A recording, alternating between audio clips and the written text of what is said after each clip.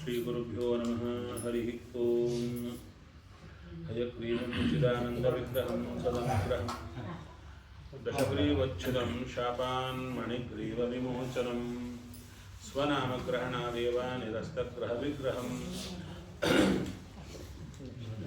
ವೃಂದಾವನಗತಂ ವಂದೇ ಬ್ರಹ್ಮರುದ್ರೇಂದ್ರವಂದಿತಂ ಸ್ವಾಂತಸ್ಥಾನಂತಶಯ್ಯಾಯ ಪೂರ್ಣಜ್ಞಾನರಸಾನ್ನಸೆ उत्तुंगवाक्तरंगाय मध्वदुग्धाब्धये नमः गुरुमखिल गुणज्ञं सत्त्वनेकाधिवासं शमदमपरिनिष्टं सत्त्वनिष्ठं वरिष्ठं सकलसुजनशिष्टं नित्यनिर्धूतकष्टं हयमुखपदनिष्ठं मां भजन्तु प्रपन्नाः पूज्याय राघवेन्द्राय सत्यधर्मरताय च भजतां कल्पवृक्षाय नमतां कामधेनवे नीलाकरार्चितानन्तलीला गोपालपालितान् विद्यापयोनिधीन् वन्दे ब्रह्मविद्यागुरुन् मम ब्रह्मचर्य हरिप्रीतिविद्यावादशालिनः इष्टदान् कष्टहर्तॄन्नः विद्यामान्यान् मुनीन् नमः वादिराजपदद्वन्द्ववारिजासक्तमानसान् विश्वप्रियगुरून् वन्दे मन्दोऽहं धीविशुद्धये सत्यं सत्यं पुनः सत्यं विष्णुतीर्थप्रसादतः सर्वे कामाः भवन्त्येव शपथो बिम्बसन्निधौ चिन्तामणिं सभक्तानां कल्पवृक्षं च कामदं स्वामिनं त्वां रघुप्रेमतीर्थं वन्देह्यभीष्टदम् अज्ञानतिमिरच्छेदं बुद्धिसम्पत्प्रदायकं विज्ञानविमलं शान्तं विजयाख्यगुरुं भजे श्रीगुरुभ्यो नमः हरिः ओम् ॐ जन्माद्यस्य यतोऽन्वयादितरतश्चार्थेष्वभिघ्नस्वराट् तेने ब्रह्महृदायादिकवये मुह्यन्ति यं सूरयः तेजोवारिमृदां तथा विनिमयो यत्र त्रिसर्गो मृषा धाम्ना स्वेन सदा निरस्तत्वकं सत्यं परं धीमहि श्रीगुरुभ्यो नमः हरिः ओम् ವಿಶೇಷವಾಗಿ ಭಗವಂತ 11ನೇ ಸ್ಕಂದದಲ್ಲಿ ಉದ್ಧವ ಕೇಳಿದಂಥ ಅನೇಕ ಪ್ರಶ್ನೆಗಳಿಗೆ ಉತ್ತರವನ್ನು ಕೊಡ್ತಾ ಹೋದ. ಅದರಲ್ಲಿ ವಿಶೇಷವಾಗಿರತಕ್ಕಂಥ ಯೋಗಗಳು, ಯೋಗಾಭ್ಯಾಸ, ವರ್ಣ ಆಶ್ರಮ ಧರ್ಮಗಳು ಎಲ್ಲವನ್ನ ಹೇಳಿ ನಂತರ ಭಗವಂತ ವಿಶೇಷವಾಗಿ ತಾನು ಹೊರಡುತ್ತಾ ಇದ್ದಾನೆ. ಇಲ್ಲಿ ಮತ್ತು ವಿಶೇಷವಾಗಿ ಪ್ರಶ್ನೆ ಮಾಡುತ್ತಾ ಇದ್ದಾರೆ ಶೌನಕಾದಿಗಳು, ಸೂತಾಚಾರ್ಯರು. ಕಲಿಯುಗದಲ್ಲಿ ರಾಜವಂಶಗಳು ಕಲಿಯುಗದಲ್ಲಿ ಹೇಗಿರುತ್ತೆ ಅದೊಂದು ಪ್ರಶ್ನೆ ಬರ್ತಾ ಇದೆ. ಅಲ್ಲ, ಕಲಿಯುಗದಲ್ಲಿ ಹೇಗಿದ್ರೆ ಏನಂತೆ ಅಂದರೆ ಇಷ್ಟು ಭಾಗವತ ಕೇಳಿದ್ದು ನಮ್ಮ ಸಾಧನೆ ಮಾಡಿಕೊಂಡು, ಸಾಧನೆ ಮಾಡೋದು ನಾವು ಯಾವ ಯುಗದಲ್ಲಿದ್ದೀವಿ? ಕಲಿಯುಗದಲ್ಲಿದ್ದೀವಿ. ಅವರು ಸಾಧನೆ ಮಾಡಿದ್ದು ದ್ವಾಪರ ಯುಗದಲ್ಲಿ, ನಮಗೆ ಹೇಳುತ್ತಾ ಇರೋದು ಕಲಿಯುಗದಲ್ಲಿ. ಹೇಗೆ ನೀರು ತುಂಬ ನದಿ ಪಕ್ಕದಲ್ಲಿರುವಂಥವರು ಈಗ ನೀರೇ ಇಲ್ಲದೆ ಇರುವಂಥ ಬೆಂಗಳೂರಿನವರಿಗೆ ಉಪದೇಶ ಕೊಟ್ಟಂತೆ ಆಗುತ್ತೆ. ಒಂದು 4 ಹೊತ್ತು ಸ್ನಾನ ಮಾಡಿ ಮನೆ ತುಂಬ ಎಲ್ಲ 4 ಹೊತ್ತು ಸಾರಿಸಿ ಬಳಿರಿ ಅಂತ ಹೇಳಿದರೆ ನೀರೇ ಇಲ್ಲ. ನಿನ್ನೆ ಮೊನ್ನೆ ಎಲ್ಲ ಹೋದಾಗ ಕೆಲವು ಮನೆಯವರು ನೋಡಿದರೆ ಬಕೆಟಲ್ಲಿ ನೀರಿಟ್ಕೊಂಡು ಭದ್ರವಾಗಿ ಬಳಸ್ತಾ ಇದ್ದಾರೆ. ಕಾರ್ಪೊರೇಷನ್ ನೀರು 3 ದಿನಕ್ಕೊಮ್ಮೆ ಬರ್ತಾ ಇದೆ, ಬೋರ್ ಒಣಗೋಗ್ಬಿಟ್ಟಿದೆ, ಎಂಥ ಅವಸ್ಥೆ ಪಡ್ತಾ ಇದ್ದಾರೆ. ಅಂತಹ ಕಾಲಕ್ಕೆ ನೀರು ಚೆನ್ನಾಗಿದ್ದವರು ದೇಶದಲ್ಲಿದ್ದವರು ಆ ತಮ್ಮ ಧರ್ಮಗಳೆಲ್ಲ ನೀರಿಲ್ಲದವರಿಗೆ ಹೇಳಿದರೆ ಗತಿ ಏನು? ಅದೇ ಥರ ಇಲ್ಲಿ ದ್ವಾಪರ ಯುಗದಲ್ಲಿ ಸಮೃದ್ಧಿಯಾಗಿ ಭಗವಂತನ ಸನ್ನಿಧಾನವಿತ್ತು, ಸಾಧನೆ ಎಲ್ಲ ಆಯಿತು. ಇಲ್ಲಿ ಕಲಿಯುಗದಲ್ಲಿ ಕಲಿಕಾಲ ಭೀಕರವಾಗಿದೆ. ಅಂಥ ಕಾಲಕ್ಕೆ ಈ ಕಲಿಯುಗದ ವರ್ಣನೆ ಮಾಡುತ್ತಾ ಬರ್ತಾ ಇದ್ದಾರೆ. ಕಲಿಯುಗದಲ್ಲಿ ರಾಜವಂಶಗಳು ಹೇಗಾಗಿ ಬಿಡುತ್ತೆ, ನಂತರ ಕಲಿಯುಗದಲ್ಲಿ ಧರ್ಮ ನಾಶ ಹೇಗಾಗುತ್ತೆ ಎಂಬುದನ್ನು ಪ್ರಶ್ನೆ ಮಾಡುತ್ತಾ ಇದ್ದಾರೆ. ನಂತರ ಭಗವಂತ ಈ ಕಲಿಯುಗದಲ್ಲಿ ಕೊನೆಗೆ ಪೂರ್ಣವಾಗಿ ಕಲಿಯ ಪ್ರಾಬಲ್ಯ ಜಾಸ್ತಿ ಆದಾಗ ತಾನು ಅವತಾರ ಮಾಡಿ ಬರ್ತಾನೆ ಕಲ್ಕಿ ನಾಮಕನಾಗಿ. ಆ ವಿಶೇಷವಾಗಿರತಕ್ಕಂಥ ಭಗವಂತನ ಅವತಾರ ಮಹಿಮಾ ಅಂತ 2ನೇ ಅಧ್ಯಾಯದಲ್ಲಿ ನಿರೂಪಣೆ ಮಾಡುತ್ತಾ ಇದ್ದಾರೆ. ಇನ್ನು ಭೋಗ, ಈ ಹೊರಗಿರತಕ್ಕಂಥ ರಾಜ್ಯ ಮೊದಲಾದ ಭೋಗಗಳಿವೆ. ಈ ಭೋಗಗಳು ಎಷ್ಟು ಅನಿತ್ಯ, ಎಂಥದ್ದು ಅಂತ ನಿರೂಪಣೆ ಮಾಡಿ ನಂತರ ಹೇಳ್ತಾ ಇದ್ದಾರೆ. 3ನೇ ಅಧ್ಯಾಯದಲ್ಲಿ ಹೇಳ್ತಾರೆ, ಈ ರಾಜರು ಏನು ಗುಂಪುಗಳು ಬರ್ತಾ ಇದ್ದಾರೆ, ಸಂಕ್ಷೇಪವಾಗಿ 12ನೇ ಸ್ಕಂದದ ವಿಷಯಗಳನ್ನು ಹೇಳುತ್ತಾ ಬರ್ತಾ ಇದ್ದಾರೆ. ನಂತರ ಚೂರು ವಿಸ್ತಾರ ಹೇಳ್ತಾರೆ. ರಾಜರಿದ್ದಾರೆ, ಆ ರಾಜರೆಲ್ಲರೂ ಕೂಡ ಈ ಭೂಮಿ ನಂದು ನಂದು ನಂದು ಎಂದು ಜಗಳ ಆಡ್ತಾ ಇದ್ದಾರೆ. ಇವತ್ತಿವರು ಇರ್ತಾರೆ, ನಾಳೆ ಇರೋದೇ ಇಲ್ಲ, ಎಲ್ಲೋ ಹೋಗಿರ್ತಾರೆ. ಆ ಭೂಮಿ ಯಾರದ್ದು? ಇನ್ನೊಬ್ಬರ ಪಾಲ ಆಗುತ್ತೆ. ಅದಕ್ಕೆ ಭೂಮಿ ಇವರಿಗೆ ಸಂಬಂಧವೇ ಇಲ್ಲ, ಅಧಿಕಾರವೇ ಇಲ್ಲ, ಅಧಿಕಾರವಿದೆ ಅಂತ ಒದ್ದಾಡ್ತಾರಲ್ಲ, ಅವರನ್ನು ನೋಡಿ ನಗುತ್ತಾ ಇದ್ದಾಳಂತೆ ಭೂಮಿ. ಎಂಥ ಹುಚ್ಚರಿವರಲ್ಲ. ಹಾಗೆ ವಿಶೇಷವಾಗಿರತಕ್ಕಂಥ ಮತ್ತೊಂದು ಪ್ರಶ್ನೆ ಮಾಡುತ್ತಾರೆ, ರಾಜರಿಗೆ ಕಲಿದೋಷ ನಿವರ್ಹಣೋಪಾಯ, ಕಲಿದೋಷವನ್ನು ನಿವಾರಣೆ ಮಾಡಿಕೋಬೇಕಾದ್ರೆ ಏನು ಉಪಾಯ ಅಂದರೆ ಶುಕಾಚಾರ್ಯರು ವಿಶೇಷವಾಗಿ ಉತ್ತರವನ್ನು ಕೊಡ್ತಾ ಇದ್ದಾರೆ. ಕಲಿಯುಗೇಪಿ ಕೃತ ಅನುವರ್ತನ ಪ್ರಕಾರ. ಇಲ್ಲಿ ಹೇಳ್ತಾರೆ, ಕಲಿಯುಗದಲ್ಲೂ ಸಹ ಕೃತಯುಗದಲ್ಲಿ ಏನು ಧರ್ಮಾಚರಣೆ ಇದೆ ಅದೇ ಥರ ಮಾಡಲಿಕ್ಕಾಗುತ್ತೆ. ಅದಕ್ಕೆ ವಿಶೇಷವಾಗಿರತಕ್ಕಂಥ ಒಂದು ಉಪಾಯಗಳಿವೆ ಅಂತ ಚೆನ್ನಾಗಿ ಹೇಳ್ತಾ ಇದ್ದಾರೆ. ನಂತರ ಕಲಿಯುಗದ ದೋಷವಿದೆ. ಕಲಿಯುಗದಲ್ಲಿ ಎಲ್ಲ ದೋಷ ಸಹಿತವಾದ್ದೇ ಕಲಿ.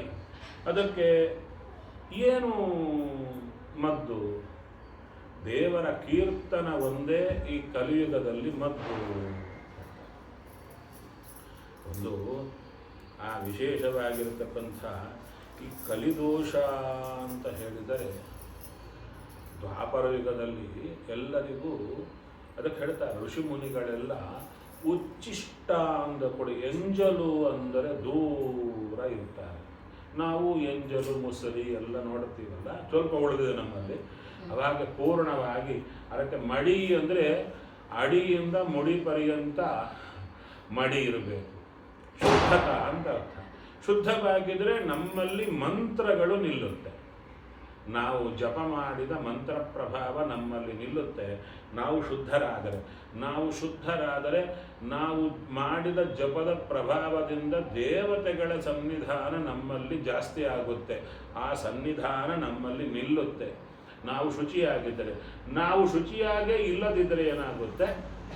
ಎಲ್ಲವೂ ಹೊರಟು ಹೋಗುತ್ತೆ, ಯಾವುದೂ ಇರಲ್ಲ. ಹಾಗಾದರೆ ಕಲಿಯುಗದಲ್ಲಿ ತತ್ರಾಪಿ ಈ ಕಲಿದೋಷ ಇರುವಾಗ ಏನು ಮಾಡಬೇಕು? ಪ್ರಾಕ್ಟಿಕಲ್ಲಾಗಿ ಈ ಶಬ್ದಗಳನ್ನು ವಿವರಿಸಿದರೆ, ಹೌದು, ಎಂಜಲು ಮನೆಯಲ್ಲಿ ಎಷ್ಟರವರೆಗೆ ಅದು ಒಂದೊಂದು ಮನೆಯಲ್ಲಿ ಒಂದೊಂದು ರೀತಿ ವ್ಯವಹಾರ ಇರುತ್ತೆ. ಹೌದಾ? ಈ ಎಂಜಲು ಮುಸರಿ ಕಾನ್ಸೆಪ್ಟೇ ಒಬ್ಬೊಬ್ಬರಿಗೆ ಒಂದೊಂದು ಥರ ಇರುತ್ತೆ. ಇರಲಿ, ಅದರಲ್ಲಿ ಒಂದು ಕಡೆಯವರಿಗೆ ಅನ್ನ ಮಾತ್ರ ಮುಸುರೆ, ಬೇಳೆ ಮುಸುರೆ ಇಲ್ಲ. ಉಡುಪಿ ಕಡೆಯಲ್ಲ, ಅಲ್ಲಿ ಬೇಳೆ ಮುಸುರೆ ಇಲ್ಲ, ಅನ್ನ ಮಾತ್ರ ಮುಸುರೆ. ಅದಕ್ಕೆ ಸಂಜೆ ಹೊತ್ತಿನಲ್ಲಿ ಹುಳಿ ಸಾರು ಎಲ್ಲ ಮಾಡುತ್ತಾರೆ. ಅವಲಕ್ಕಿಯನ್ನು ಚೂರು ಬೇಯಿಸಿ ಅನ್ನದಂತೆ ಪುಡಿ ಪುಡಿಯಾಗಿ ಅನ್ನದಂತೆ ಆಗುತ್ತೆ. ಅದಕ್ಕೆ ಹುಳಿ ಸಾರು ಹಾಕ್ಕೊಂಡು ತಿಂತಾರೆ. ಅದು ಫಲಾರವೇ. ಹೌದು, ಅಲ್ಲಿ ಅವ್ರದ್ದು ಫಲಾರವೇ. ನಮ್ಮ ಕಡೆ ಬೇಳೆ ಬೇಯಿಸಿದರೇನೆ ಮೊಸರು, ಅನ್ನ ಬೇಳೆ ಎರಡೂ ಒಂದಾಗಿ ನೋಡುತ್ತೀವಿ. ಸರಿ, ಈ ಮೇನ್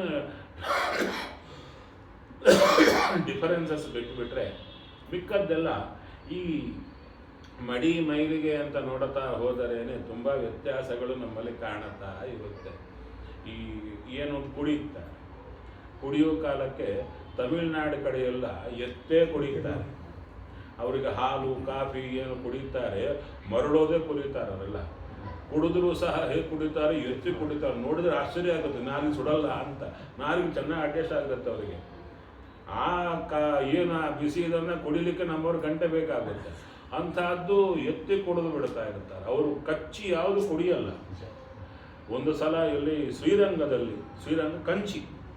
ಕಂಚಿಯಲ್ಲಿ ಹೋದಾಗ ಪ್ರಸಾದ ಕೊಡ್ತಿದ್ದಾರೆ ಹೊರಗೆ, ಅನ್ನದ ಪ್ರಸಾದ.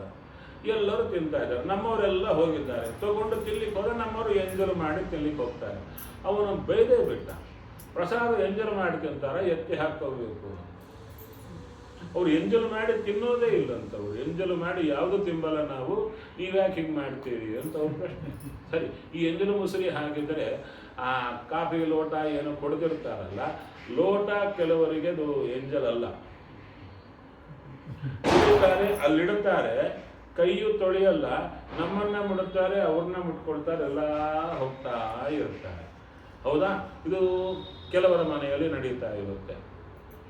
ಕೆಲವರ ಮನೆಯಲ್ಲಿ ಕುಡಿದರೆ ಆ ಲೋಟ ಎಂಜಲು, ಕೈ ಎಂಜಲು ಕೆಳಗಿಟ್ಟರೆ ಆ ಪ್ರದೇಶ ಎಂಜಲು, ಅದಕ್ಕೆ ಲೋಟ ತೆಗೆದಾಗ ಕೆಳಗೆಲ್ಲ ನೀರಿನಿಂದ ಶುದ್ಧ ಮಾಡಿ ನಂತರ ಕೈಯನ್ನು ತೊಳೆಯೋದು ಕೆಲವು. ಈ ಎಂಜಲು ಮುಸುರಿ ಗೊಡವೆಯಲ್ಲಿ ತುಂಬ ಇರುತ್ತೆ. ಸರಿಯಪ್ಪ, ಅದಕ್ಕಂದ್ರು ನಾವು ಎಂಜಲು ಒಂದು ತುಂಬ ಹೆದರ್ತೀವಿ ಅಂತ ಹೇಳ್ತೀರಾ.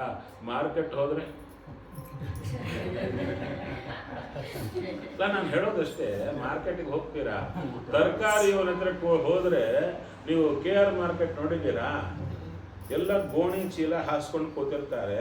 ಎಲ್ಲ ಒಂದು ಗೋಣಿ ಚೀಲಕ್ಕೊಂದು ಕನೆಕ್ಟ್ ಆಗೇ ಇರುತ್ತೆ. ಒಬ್ಬರದೊಬ್ಬರು ಎಲ್ಲ ಒಂದೇ ಗೋಣಿ ಚೀಲ ದೊಡ್ಡದು ಬರಲ್ಲ, ಅದರಿಂದ ಒಂದಕ್ಕೊಂದು ಸೇರಿಸಿ ಹಾಕ್ಕೊಂಡಿರ್ತಾರೆ. ಎಲ್ಲರೂ ಅದರ ಮೇಲೆ ತರಕಾರಿ ಹಾಕ್ಕೊಂತಾರೆ, ಎಲ್ಲರೂ ಅದರ ಮೇಲೆ ಕೊಡುತ್ತಾರೆ, ಅದರ ಮೇಲೆ ತಿಂತಾರೆ, ಅದರ ಮೇಲೆ ಆ ಬಾಕ್ಸ್ ತಿಂತಾರೆ, ಅದರ ಮೇಲೆ ಕಾಫಿ ಲೋಟ ಕುಡಿತಾರೆ, ಇಡ್ತಾರೆ. ಅವ್ರಿಗೆ ಎಂಜಲಿದೆ ಮುಸುರಿದೆ, ಅದೇ ಇಡ್ತಾರೆ. ಕೈಯೂ ತೊಳೆಯಲ್ಲ ಕಾಫಿ ಕುಡಿದ್ರೆ, ಅದರಿಂದಲೇ ತರಕಾರಿ ಹಾಕ್ತಿರ್ತಾರೆ. ನಮ್ಮವ್ರು ಹೋಗಿ ಕರೆಯ ದೋಷ ಇಲ್ಲ ಕ್ರಿಯ ಸ್ಥಾನದಲ್ಲಿ ದೋಷ ಇಲ್ಲ, ನಾವು ಅಮೆಂಡ್ಮೆಂಟ್ ಮಾಡ್ಕೊಂಡ್ವಿ ಅಲ್ವಾ? ಎಂಜಲ್ ಅನ್ನೋದು ದೋಷ ಆದರೆ ಕ್ರಯಸ್ಥಾನ ಆದರೆ ಮಾತ್ರ ದೋಷ ಇಲ್ಲೇನು? ದೋಷ ಇದೆ. ನಾವೇನು ಇಲ್ಲಿ ದೋಷ ಇಲ್ಲ ಅದನ್ನು ಬದುಕಲಿಕ್ಕೆ ಬೇಕಾದಂಥ ವ್ಯವಸ್ಥೆಗಳು ಮಾಡಿಕೊಂಡು ಮನೆಯಲ್ಲಿ ಮಾತ್ರ ಅಬ್ಸರ್ವ್ ಮಾಡಬೇಕು ಅಂತ ಒಂದು ಇಟ್ಕೊಂಡು ನಾವು ಹೋಗ್ತಾರೆ.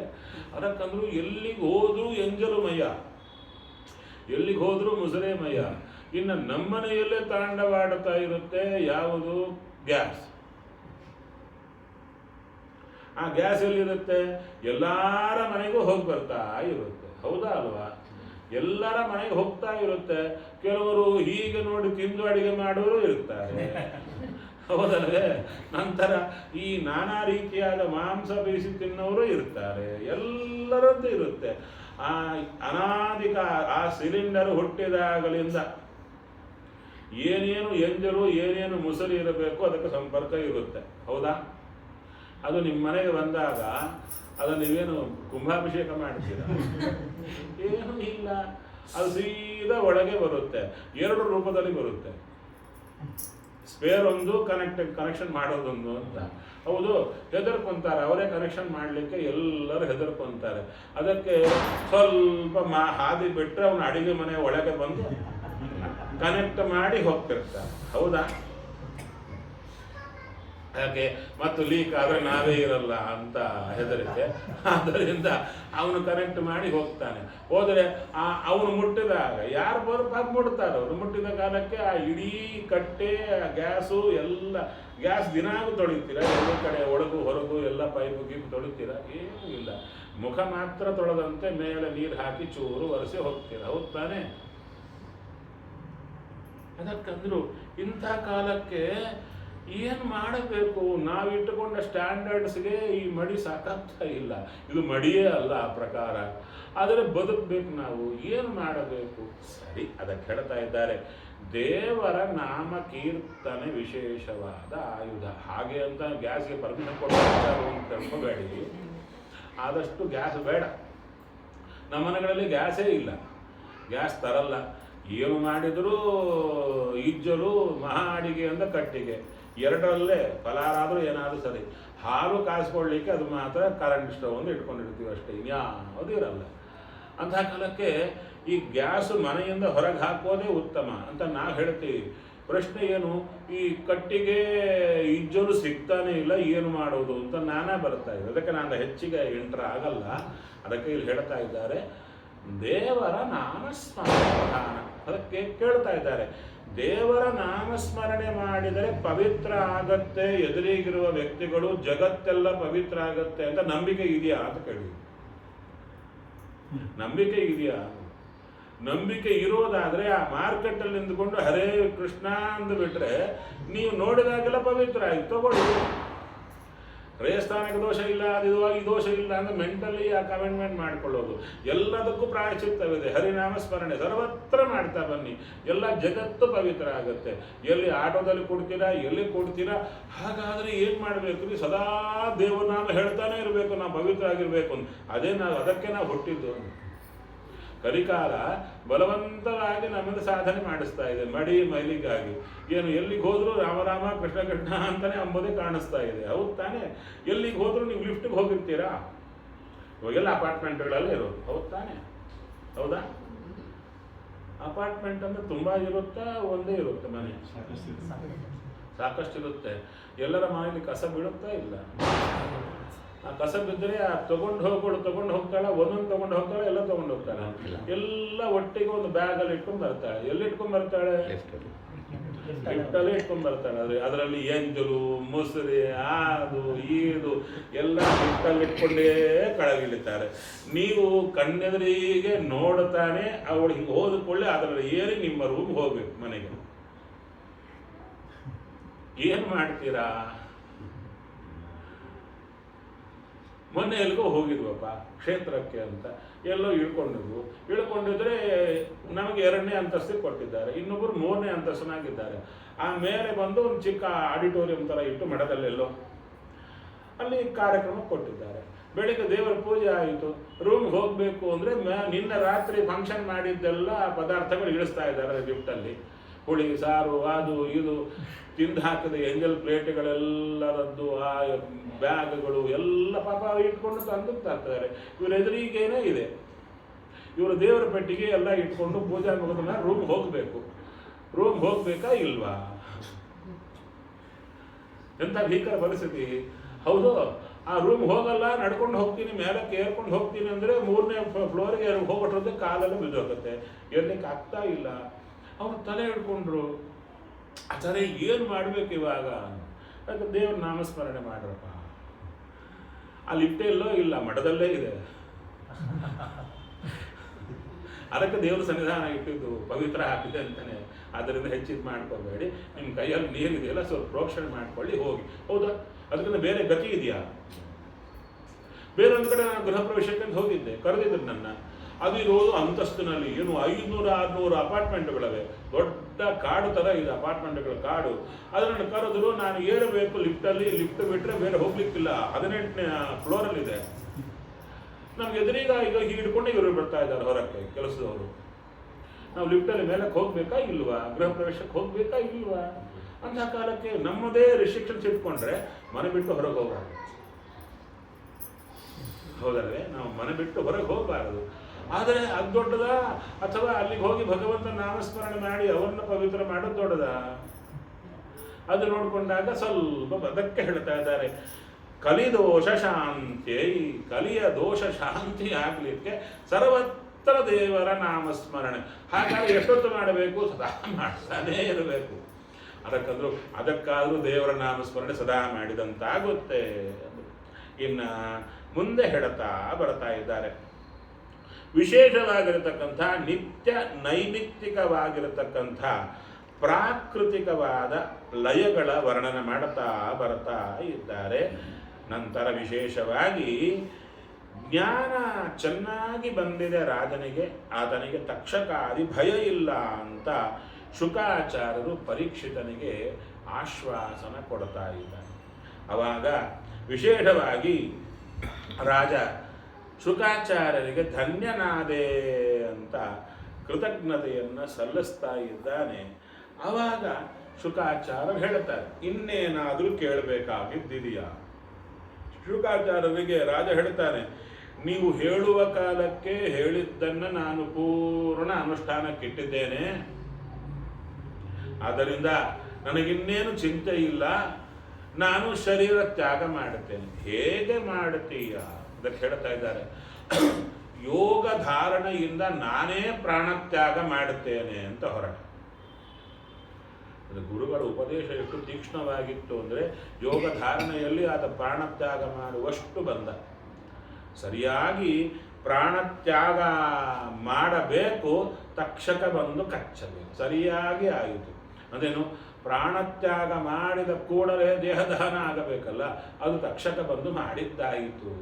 ಎಲ್ಲ ಕಡೆ ದೇವ ದುಂದುಬಿಗಳೆಲ್ಲ ಮೊಳಗ್ತಾ ಇದೆ ಮೇಲೆ. ಭಾಗವತ ಕೇಳಿದವರಿಗೆ ಸದ್ಗತಿ ಆಗುತ್ತೆ ಎಂಬುದಕ್ಕೆ ಪ್ರತ್ಯಕ್ಷ ನಿದರ್ಶನ ಅಂತ ಹೇಳುತ್ತಾ ಬರ್ತಾ ಇದ್ದ.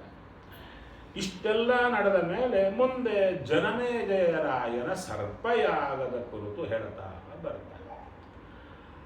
ಇಲ್ಲಿ ಜನಮೇಜಯರಾಯ ಆತನಿಗೆ ಮಂತ್ರಿಗಳು ಆದ ಮೇಲೆ ಮಿಕ್ಕವರೆಲ್ಲ ಸಹಕಾರ ಕೊಟ್ಟು ಇದು ಮಾಡ್ತಿರ್ತಾರೆ. ಒಂದು ಸಲ ರಾಜನ ಕಿವಿಯಲ್ಲಿ ಬೀಳುತ್ತೆ, ಇಲ್ಲ ನಿಮ್ಮಪ್ಪ ಹಾವು ಕಚ್ಚಿ ಹೋಗಿದ್ದು ಎಂಬುದು ಗೊತ್ತೇ ಇರಲ್ಲ ಆತನಿಗೆ.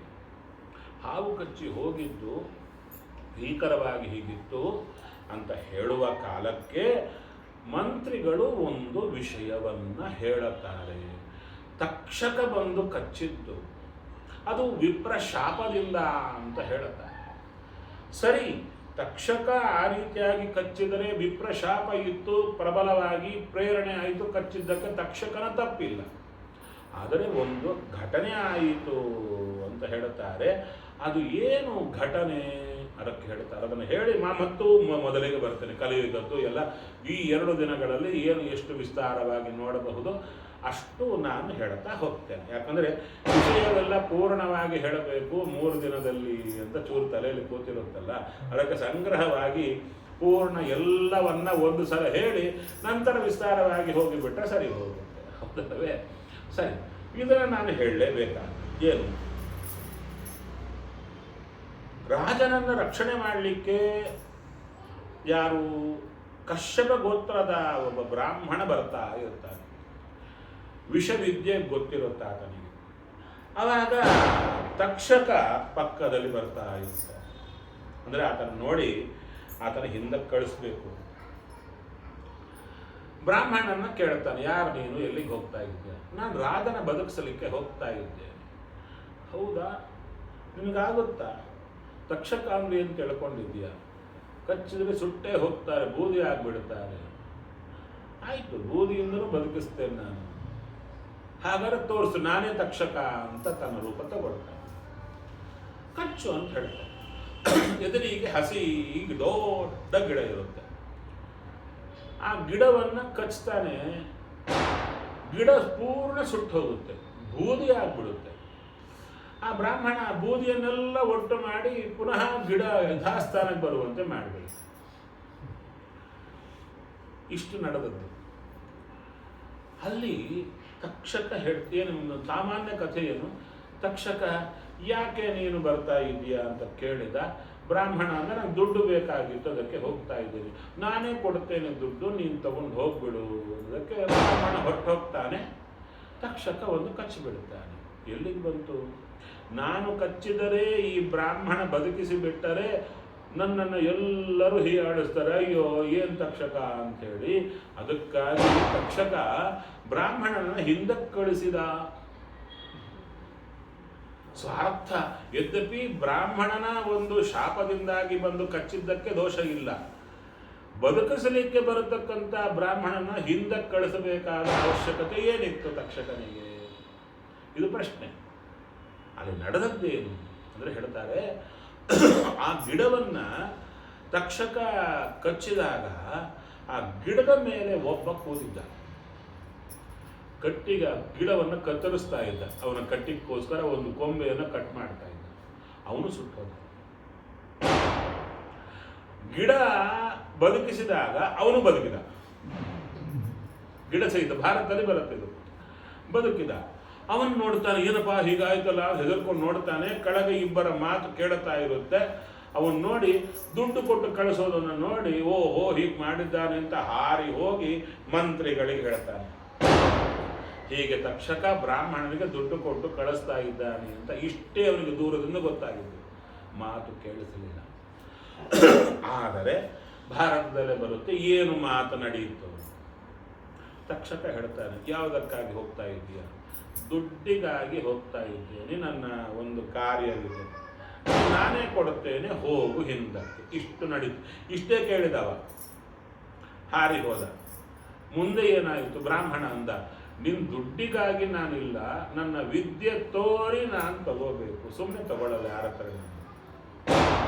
ಅವಾಗ ತಕ್ಷಕ ಹೇಳ್ತಾನೆ, ನೀನು ದೊಡ್ಡ ಬ್ರಾಹ್ಮಣ ಅಲ್ಲ, ನಿನ್ನಲ್ಲಿ ಜ್ಞಾನವಿದೆ, ಏನಾಗುತ್ತೆ ಎಂಬುದು ನಿನ್ನ ಜ್ಞಾನ ದೃಷ್ಟಿಯಿಂದ ನೋಡಲಿಕ್ಕೆ ನಿನಗೆ ಶಕ್ತಿ ಇದೆ.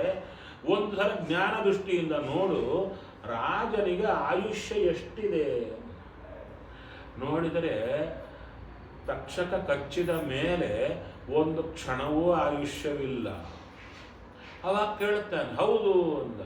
ಮತ್ತೆ ಮನುಷ್ಯರಿಗೆ ಆಯುಷ್ಯ ಇದ್ದರೆ ತಾನೇ ನೀನು ಬದುಕಿಸ್ತೀಯ, ಆಯುಷ್ಯವೇ ಇಲ್ಲದಿದ್ದರೆ ಎಲ್ಲಿ ಬದುಕಿಸ್ತೀಯ ಅಂತ. ಅವಾಗ ಬ್ರಾಹ್ಮಣ ಅಂತಾನೆ, ಹೌದು. ಅದಕ್ಕೆ ತಕ್ಷಕ ಅಂತಾನೆ, ನೀನಲ್ಲಿಗೆ ಬಂದರೆ ಬದುಕಿಸ್ತೀನಿ ಅಂದರೆ ನೀನು ನಿಂತಿರಬೇಕು, ನಾನು ಬರಬೇಕು. ಕಚ್ಚಿದ ಮೇಲೆ ನಿನ್ನ ಪ್ರಯೋಗ ಮಾಡ್ತೀಯ, ರಾಜ ಬದುಕೋದೇ ಇಲ್ಲ, ಎಲ್ಲರೂ ನಿನ್ನ ಹಾಸ್ಯ ಮಾಡಿಬಿಡ್ತಾರೆ, ನಿನ್ನ ವಿದ್ಯೆ ಹಾಸ್ಯದ ಪಾಲಾಗುತ್ತೆ, ಬ್ರಾಹ್ಮಣರಿಗೆ ಹಾಗಾಗಬಾರದು ಅಂತ ನಾನು ಬಂದೆ. ಹಾಗಾದ್ರೆ ತಕ್ಷಕ ಅಂದರೆ ನಮಗೆ ಅರ್ಥ ಏನಾಗುತ್ತೆ? ಬ್ರಾಹ್ಮಣರು ಅಂದರೆ ತುಂಬ ಅಭಿಮಾನವಿದೆ. ಅದಕ್ಕೆ ನೀವು ಉಡುಪಿ ಕಡೆಗೆ ಹೋದರೆ ಅಲ್ಲಿ ನಾಗಮಂಡಲ ಪೂಜಾ ಅಂತ ಮಾಡ್ತಾರೆ, ನೋಡಿದ್ದೀರಾ ನೀವೇನಾದರೂ? ಎಷ್ಟು ದೊಡ್ಡ ಮಂಡಲ, ಹೂ ರಾಶಿ ರಾಶಿ ಹಾಕಿರ್ತಾರೆ, ಇಡೀ ಊರಲ್ಲಿ ದೊಡ್ಡ ಎಕರೆ ಜಾಗದಲ್ಲಿ ಅಷ್ಟು ಮಾಡ್ತಿರ್ತಾರೆ, ಅಂಥ ರೀತಿಯಲ್ಲಿ. ಅದಕ್ಕೆ ಎಷ್ಟಿಲ್ಲ ಅಂದ್ರೆ ಒಂದು ಈ ಆಗನೇ ಒಂದು 10-15 ವರ್ಷ 20 ವರ್ಷ ಕೆಳಗೇನೆ ಮಿನಿಮಮ್ 25-30 ಲಕ್ಷ ಖರ್ಚಿದೆ. 30 ಲಕ್ಷ, ಇವಾಗಿನ ಜಾಸ್ತಿ ಆಗಿರುತ್ತೆ. ನಾನು ಕೇಳಿದೆ, ಅಷ್ಟು ಖರ್ಚು ಏನಿದೆ? ಹೂ ರಾಶಿ ಹಾಕ್ತೀರಾ, ಅದು ಅವರು ಅವ್ರದ್ದೇನೋ ಆಚಾರ ಪ್ರಕಾರ ಪಾತ್ರಿ ಅಂತ ಬರ್ತಾರೆ, ಹಾವಿನಂತೆ ಆಡ್ತಿರ್ತಾರೆ, ಅದೇನೋ ನಡೆಯುತ್ತೆ. ಅವರಂದ್ರು, ಈ ನಾಗಪೂಜಾ ಅಂತ ಮಾಡಿದರೆ ಇದು ಪ್ರಧಾನ, ಇವರೇನು ಆಡ್ತಾರೆ, ಆದ್ಮೇಲೆ ಇದೇನು ಪೂಜಾ, ಇದೆಲ್ಲ ಇಂಪಾರ್ಟೆಂಟ್ ಅಲ್ಲ. ನಾಗದೇವತೆಗಳಿಗೆ ಅವರಿಗೆ ಇಷ್ಟವಾದ್ದು ಮಾಡಿದರೆ ನಮ್ಮ ದೋಷ ಹೋಗುತ್ತೆ. ಅವ್ರಿಗೆ ಇಷ್ಟವಾದ್ದೇನು ಅಂದರೆ ಬ್ರಾಹ್ಮಣರ ಆರಾಧನೆ ಆದರೆ ಸಾಕು, ಅವರು ಸಂತೋಷ ಆಗ್ತಾರೆ. ಮತ್ತೇನು ಮಾಡ್ತೀರಾ?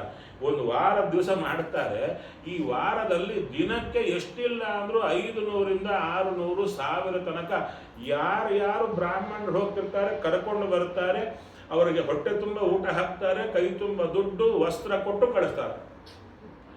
ರಾತ್ರಿ 12 ಗಂಟೆವರೆಗೂ ಅನ್ನದಾನ ನಡೀತಾ ಇರುತ್ತೆ. ಮತ್ತು ಬೆಳಿಗ್ಗೆ 4-5 ಗಂಟೆಗೆ ಶುರುವಾಗುತ್ತೆ ಫಲಾರ ಎಲ್ಲ ಕೊಡೋದೆಲ್ಲ. ಅವ್ರು ಹೇಳ್ತಾರೆ, ನಮಗೆ ಪೂಜಾ ಕಡೆ ಗಮನ ಇರಲ್ಲ, ಬ್ರಾಹ್ಮಣರ ಸತ್ಕಾರದಲ್ಲೇ ಇರ್ತೀವಿ. ಇದು ಎಷ್ಟು ಚೆನ್ನಾಗಿ ಆದರೆ ನಾಗದೇವತೆಗಳ ಅನುಗ್ರಹ ನಮಗಷ್ಟಾಗುತ್ತೆ. ಹಾಗಾದರೆ ನಾಗದೇವತೆಗಳು ಅಂದರೆ ದೇವತೆಗಳು, ಸರ್ಪ ಜಾತಿಯಲ್ಲಿ ದೇವತೆಗಳು. ಅವರು ಬ್ರಾಹ್ಮಣರು ಅಂದರೆ ತುಂಬ ಅವರಿಗೆ ವಿಶೇಷ ಅಭಿಮಾನ. ಅದಕ್ಕೆ ತಕ್ಷಕ ಮಾಡಿ ತಾನು ಹೋಗ್ಬೋದಾಗಿತ್ತು, ಆ ಬ್ರಾಹ್ಮಣನ ಹತ್ರ ಬಂದು ಪಾಪ ಬೇಡ ದುಡ್ಡು ಕೊಟ್ಟು ಕಳಿಸಿದ್ದು ಯಾಕೆ? ಅಭಿಮಾನ ಇದ್ದದ್ದಕ್ಕೆ ತಾನೇ.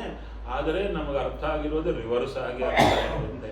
ತಕ್ಷಕ ಅಂದರೆ ದುಡ್ಡು ಕೊಟ್ಟು ಕಳಿಸ್ಬಿಟ್ಟ, ಎಲ್ಲಿ ಆ ಬ್ರಾಹ್ಮಣ ಬದುಕಿಸ್ಬಿಟ್ರೆ ಅಪಮಾನ ಆಗುತ್ತೋ ಅಂತ ನಡೆದದ್ದು ಇದು. ರಾಜನಿಗೆ ಹೋಗಿದ್ದೆ ಬೇರೆ ರೀತಿಯಾಗಿ, ಇವನು ಹೇಳಿದ್ದಕ್ಕೆ, ಕಟ್ಟಿಗೆ ಅವನು ಹೇಳಿದ್ದಕ್ಕೆ ಮಂತ್ರಿಗಳ ಮೂಲಕ ತಪ್ಪಾಗಿ ಬಂತು, ಸಿಟ್ಟೇ ಬಂತು. ಸಿಟ್ಟು ಬಂದದ್ದಕ್ಕೆ ಸರ್ಪಯಾಗ ಮಾಡ್ತಾರೆ. ಸರ್ಪಯಾಗ ಮಾಡಿದಾಗ ನೋಡಿ, ನಾವು ನೋಡಲಿಲ್ಲ, ಒಂದು ವೇಳೆ ನೋಡಿದ್ರೆ ಹಾರ್ಟ್ ಫೇಲ್ ಆಗಿ ಸತ್ತು ಹೋಗ್ಬೇಕು ನಾವು. ದೊಡ್ಡ ಯಜ್ಞಕುಂಡ, ಆ ಯಜ್ಞಕುಂಡದಲ್ಲಿ ದೊಡ್ಡ ದೊಡ್ಡ ಸರ್ಪಗಳು ಬಂದು ಬದುಕಿದ್ದೇ ಬಿದ್ದು ಉರಿದು ಸತ್ತು ಹೋಗ್ತಾ ಇವೆ. ಹೇಳ್ತಾರೆ, ಏನು ಸರ್ಪ ಅಂದ್ರೆ ಈ ಸೈಜ್ ಏನು ದೊಡ್ಡದು ನೋಡಿರ್ತೀವಿ, ಹಾಗಲ್ಲಂತೆ. ಇಷ್ಟಿಷ್ಟು ದಪ್ಪ ಗಾತ್ರ, ಅಷ್ಟು ಉದ್ದನ ಪರ್ವತದಷ್ಟು ಎಲ್ಲ ಬಂದು ಸುಟ್ಟು ಹೋಗ್ತಾ ಇವೆ. ನೋಡುತ್ತಾರೆ, ತಕ್ಷಕ ಇನ್ನ ಬರ್ತಾ ಇಲ್ಲ, ಯಾಕೆ ಅಂತ ನೋಡಿದರು. ನೋಡಿದರೆ ಇಂದ್ರದೇವರ ಸಿಂಹಾಸನಕ್ಕೆ ಸುತ್ತ ಹಾಕ್ಕೊಂಡಿರ್ತಾರೆ. ಅಲ್ಲಿ ಪ್ರಶ್ನೆ, ತಕ್ಷಕನಿಗೆ ಆಶ್ರಯ ಕೊಟ್ಟಿದ್ದೇ ಇಂದ್ರದೇವರು, ಯಾಕೆ ಕೊಟ್ಟರು ಅಂತ. ಯಾಕಂದ್ರೆ ಇಂದ್ರದೇವರಿಗೆ ಗೊತ್ತಿತ್ತು ಮೂಲ, ಈತ ಬ್ರಾಹ್ಮಣನನ್ನ ಸುಮ್ಮನೆ ಕಳಿಸಿಲ್ಲ, ಬ್ರಾಹ್ಮಣಿಗೆ ಒಳ್ಳೇದಾಗ್ಲಿ ಅಂತ ದುಡ್ಡು ಕೊಟ್ಟು ಕಳಿಸಿದ್ದು ಅಪಾರ್ಥ ಆಗಿ ಯಜ್ಞ ನಡೆಯುತ್ತಾ ಇದೆ. ಅಪಾರ್ಥ ಆಗಿ ಯಜ್ಞ ನಡೆಯುತ್ತಾ ಇದೆ ಒಂದು. ಎರಡನೆಯದು ಆ ಸರ್ಪಗಳಿಗೆ ಅವರ ತಾಯಿ ಶಾಪವೇ ಇದೆ, ನೀವೆಲ್ಲ ಯಜ್ಞದಲ್ಲಿ ಬಿದ್ದು ಸುಟ್ಟೋಗ್ರಿ ಅಂತ. ಬ್ರಹ್ಮದೇವರ ಅನುಮತಿ ಇದೆ, ತಾಯಿ ಶಾಪ ಕೊಟ್ಟು ಕೂಡಲೇ ಬ್ರಹ್ಮದೇವರನ್ನಂತೆ ಒಳ್ಳೆ ಕೆಲಸ ಮಾಡಿದೀಯಾ ಅಂತ. ತಾಯಿ ಮಕ್ಕಳಿಗೆ ಯಜ್ಞದಲ್ಲಿ ಸುಟ್ಟೋಗ್ರಿ ಅಂತ ಹೇಳಿದ್ರೆ ಒಳ್ಳೇದು ಅಂತ ಯಾಕೆ? ಕೆಟ್ಟ ಸರ್ಪಗಳು ಸುಟ್ಟುವು, ಒಳ್ಳೆ ಸರ್ಪಗಳು ಉಳಿದು. ಕೆಟ್ಟ ಸರ್ಪಗಳೆಲ್ಲ ಸುಟ್ಟುವು, ಒಳ್ಳೆ ಸರ್ಪ ಒಂದು ಬೀಳ್ಲಿಕ್ಕೆ ಬರ್ಲಿಕ್ಕೆ ಮುಂಚೆ ಬಂದ. ಯಾರೋ ವಿಶೇಷವಾಗಿರತಕ್ಕಂಥ ಬೃಹಸ್ಪತ್ಯಾಚಾರ ಬರ್ತಾರೆ, ನಿಲ್ಲಿಸ್ತಾರೆ. ನಂತರ ವಿಶೇಷವಾಗಿ ಯಾರು? ಆಸ್ತಿಕ ಬರ್ತಾನೆ. ಆಸ್ತಿಕನ ನೆಪ ಅವರೊಂದು ಕಾರಣ, ವಿಶೇಷವಾಗಿ ಬೃಹಸ್ಪತಿ ಆಚಾರ್ಯರು ಬರ್ತಾರೆ, ಅದನ್ನು ನಿವಾರಣೆ ಮಾಡುತ್ತಾರೆ ಎಂದು. ಅವಾಗ ತಕ್ಷಕ ಬರಲಿಲ್ಲ ಅಂದಾಗ ಇಂದ್ರನ ಸಹಿತವಾಗಿ ತಕ್ಷಕನನ್ನ ಕರೀತಾರೆ. ಸಹೇಂದ್ರಾಯ ತಕ್ಷಕಾಯ ಸ್ವಾಹ ಅಂತ. ಇಂದ್ರನ ಸಿಂಹಾಸನ ಸಹಿತವಾಗಿ ಬರ್ತಾ ಇರುತ್ತೆ. ಮಂತ್ರ ಬಲ ಎಂಥದ್ದು ಅಂತ ಹೇಳ್ತಾರೆ. ಅವಾಗ ಇಂದ್ರ ದೇವರು ತಕ್ಷಕನ ಬಿಟ್ಬಿಡ್ತಾನೆ. ನೋಡಪ್ಪ, ನನಗೂ ತೊಂದರೆ ಬರ್ತಾ ಇದೆ, ನಿನ್ನ ಬಿಟ್ಬಿಡುತ್ತೇನೆ ಅಂತ ಬಿಟ್ಟು ಬಿಡುತ್ತಾನೆ. ನಂತರ ತುಂಬಾ ವಿಷಣ್ಣನಾಗಿ ನಿಂತಿರ್ತಾನೆ ದುಃಖದಿಂದ. ಅವಾಗ ಬಂದು ನಿಲ್ಲಿಸ್ತಾನೆ. ಒಟ್ಟಾರೆ ಏನಾಯಿತು? ಬ್ರಾಹ್ಮಣ ಪಕ್ಷಪಾತಿಗಳಾದ ಸರ್ಪಕ್ಕೆ ಯಾವಾಗಲೂ ಭಗವಂತ ಅನುಗ್ರಹ ಮಾಡುತ್ತಾನೆ. ಕರ್ಮಾನುಸಾರ ಭಯ ಬಂದಿತ್ತು ಎಂಬುದು ಒಂದು ಪರಿಹಾರ ಆಗುತ್ತೆ. ಇಷ್ಟು ಕಥಾ ಇಲ್ಲಿ ಹೇಳಿ ನಂತರ ಮುಂದೆ ಹೇಳುತ್ತಾ ಇದ್ದಾರೆ. ವಿಶೇಷವಾಗಿರತಕ್ಕಂತಹ ಸೂತ ಶೌನಕರ ಸಂವಾದದಲ್ಲಿ ಇಲ್ಲಿಗೆ ರಾಜ ಮತ್ತು ವಿಶೇಷವಾಗಿರತಕ್ಕಂಥ ಶುಕಾಚಾರ್ಯರ ಸಂವಾದ ಮುಗಿಯಿತು. ಯಾರು? ಶೌನಕಾದಿಗಳ ಮಹರ್ಷಿಗಳ ಮಾತಿನಲ್ಲಿ ಅವರದ್ದು ಬಂದಿತ್ತು. ಇವಾಗ ಇವರದ್ದು ಮುಂದುವರಿಯುತ್ತಾ ಇದೆ. ಅಲ್ಲಿ ವಿಶೇಷವಾಗಿ ವೇದದ ವಿಭಾಗ ಹೇಗೆ ಮಾಡಿದರು, ಹೇಗೆ ಅಂದಾಗ ವೇದವ್ಯಾಸ ದೇವರು ವೇದವನ್ನು ವಿಭಾಗ ಮಾಡಿ ಪೈಲಾದಿ ಮುನಿಗಳಿಗೆ, ಜೈಮಿನಿ, ಪೈಲ, ಸುಮಂತು ಮೊದಲಾದ ಮುನಿಗಳಿಗೆ ವಿಶೇಷವಾಗಿ ವಿಭಾಗ ಮಾಡಿ, ಅಷ್ಟೇ ಅಲ್ಲ 18 ಪುರಾಣಗಳನ್ನು ರಚನೆ ಮಾಡಿ ಅವುಗಳಿಗೆ ಹೆಸರನ್ನು ಇಟ್ಟದ್ದೇ ವೇದವ್ಯಾಸ ದೇವರು ರಚನೆ ಮಾಡಿದರು. ಅಲ್ಲಿ ಪುರಾಣಗಳನ್ನು ಹೇಳ್ತಾ ಇದ್ದಾರೆ. ಏನದು ಅಂದರೆ ಆ ಪುರಾಣಗಳಲ್ಲಿ 18 ಪುರಾಣಗಳು ತಾನೆ, 3 ಭಾಗ, 6, 6, 6. ಅದರಲ್ಲಿ 6 ಸಾತ್ವಿಕ, 6 ರಾಜಸ, 6 ತಾಮಸ ಅಂತ ಪುರಾಣ. ಯಾಕೆ ಹಂಗೆ ಮಾಡಿದ್ರು ವೇದವ್ಯಾಸ ದೇವರು? ನೋಡಿದರೆ ತಾಮಸ ಪುರಾಣದಲ್ಲಿ ಸಾತ್ವಿಕ ಪುರಾಣಕ್ಕೆ ಡೆಡ್ಲಿ ಅಗೇನಿಸ್ಟ್ ಆಗಿ ಹೇಳಿರ್ತಾರೆ. ಸಾತ್ವಿಕ ಪುರಾಣದಲ್ಲಿ ಅದಕ್ಕಿಂತ ವಿರುದ್ಧವಾಗಿ ಹೇಳಿರ್ತಾರೆ. ಯಾರಾದರೂ 3 ಪುರಾಣಗಳು ಓದಿಬಿಟ್ರೆ ತಲೆ ಕೆಟ್ಟು ಕೂಡುತ್ತೆ. ಎಲ್ಲ ವೇದವ್ಯಾಸ ದೇವರದ್ದೇ, ಏನು ಮಾಡಬೇಕು ಅಂದಾಗ ಹೇಳ್ತಾರೆ, ವೇದವ್ಯಾಸ ದೇವರೇ ನಿರ್ಣಯ ಕೊಡ್ತಾರೆ. ಸಾತ್ವಿಕ ಪುರಾಣ ಪ್ರಕಾರವೇ ಹೋಗಿ ರಾಜಸ ತಾಮಸ ಪುರಾಣಗಳು ಅಂತಂಥವರಿಗೆ ಯಾರು ಸ್ವಭಾವ ಇರುತ್ತೋ ಅವರಿಗೆ ಆ ರೀತಿಯಾಗಿ ಇಷ್ಟ ಆಗುತ್ತೆ. ಸರಿ, ಆ ರಾಜಸ ಪುರಾಣದಲ್ಲಿ ತಾಮಸ ಪುರಾಣದಲ್ಲಿ ಹೇಳಿದ್ದು ಸತ್ಯವೋ ಸುಳ್ಳು?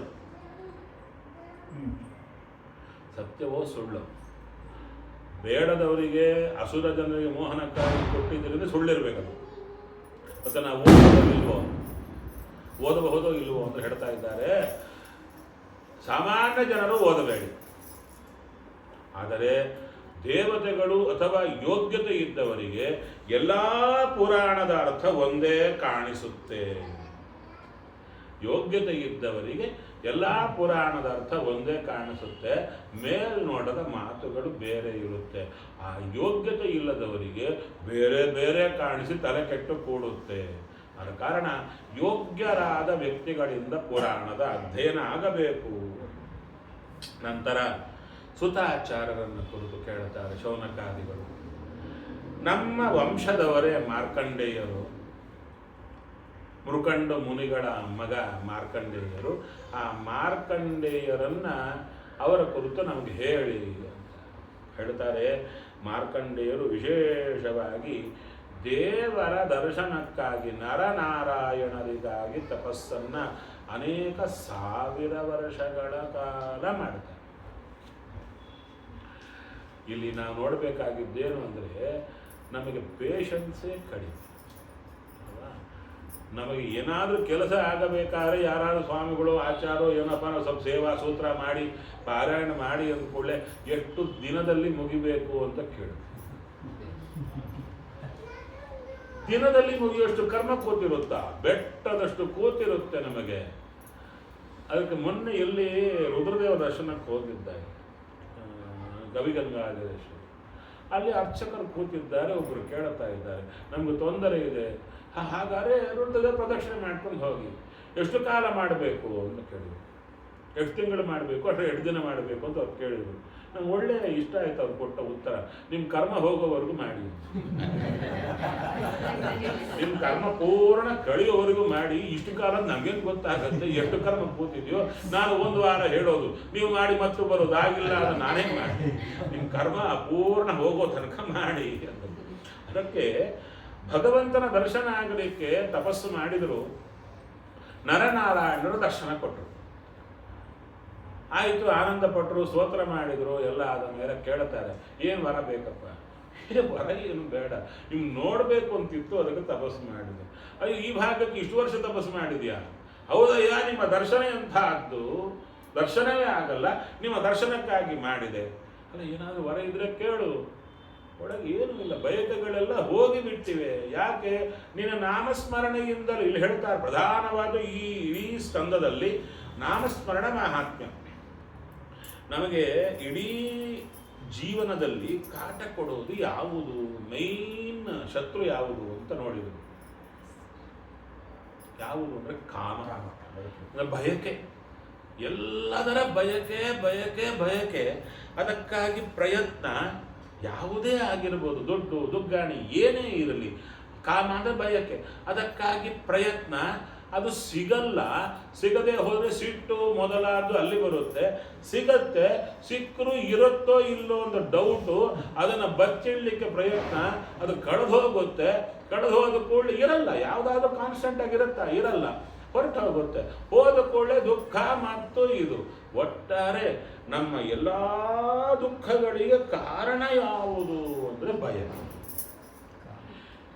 ಬಯಕೆಯಲ್ಲಿ ಯಾವುದು ಅಂದರೆ ಯಾವುದು ನಮ್ಮನ್ನು ಬಿಟ್ಟು ಹೋಗುತ್ತೋ, ಪದಾರ್ಥಗಳೇ ಆಗಲಿ ವ್ಯಕ್ತಿಗಳೇ ಆಗಲಿ, ಅವುಗಳ ಲಕ್ಷಣವೇ ಬಿಟ್ಟು ಹೋಗೋದು.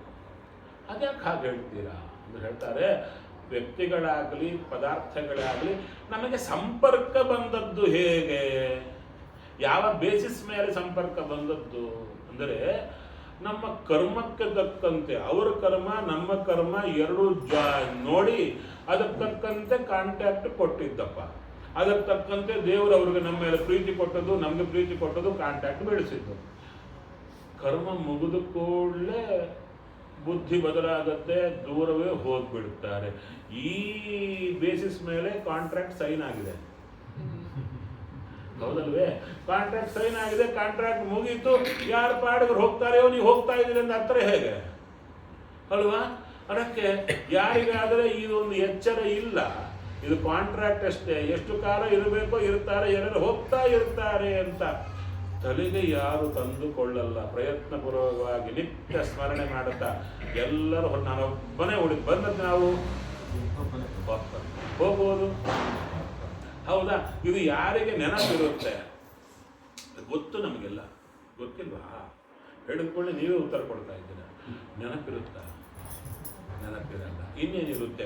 ಎಲ್ಲರೂ ನನ್ನ ಜೊತೆಗೆ ರಾಯರ ಮುಂದೆ ಕೇಳಿದ್ದು, ನಮ್ಮವ್ರು ನನ್ನ ಜೊತೆಗೇ ಇರಬೇಕು, ನಮ್ಮವರೆಲ್ಲ ನನ್ನ ಜೊತೆಗೆ ಇರಬೇಕು, ಇನ್ನು ಎಕ್ಸ್ಟ್ರಾ ಜನ್ಮಕ್ಕೂ ಇವರೇ ನಂಗೆ ಬರಬೇಕು. ರಾಯರು ದೇವರು ಎಲ್ಲರೂ ನಗ್ತಾ ಇರ್ತಾರೆ ಅಲ್ಲದೆ. ಅದೇ ಆ ಪ್ರೀತಿ ವಾತಾವರಣ ಇದ್ದಾಗ ಈ ಬಯಕೆ. ಅದೇ ಮಾರನೇ ದಿವಸ ಮನೆಯಲ್ಲಿ ಭೀಕರ ಜಗಳ ಆಯಿತು.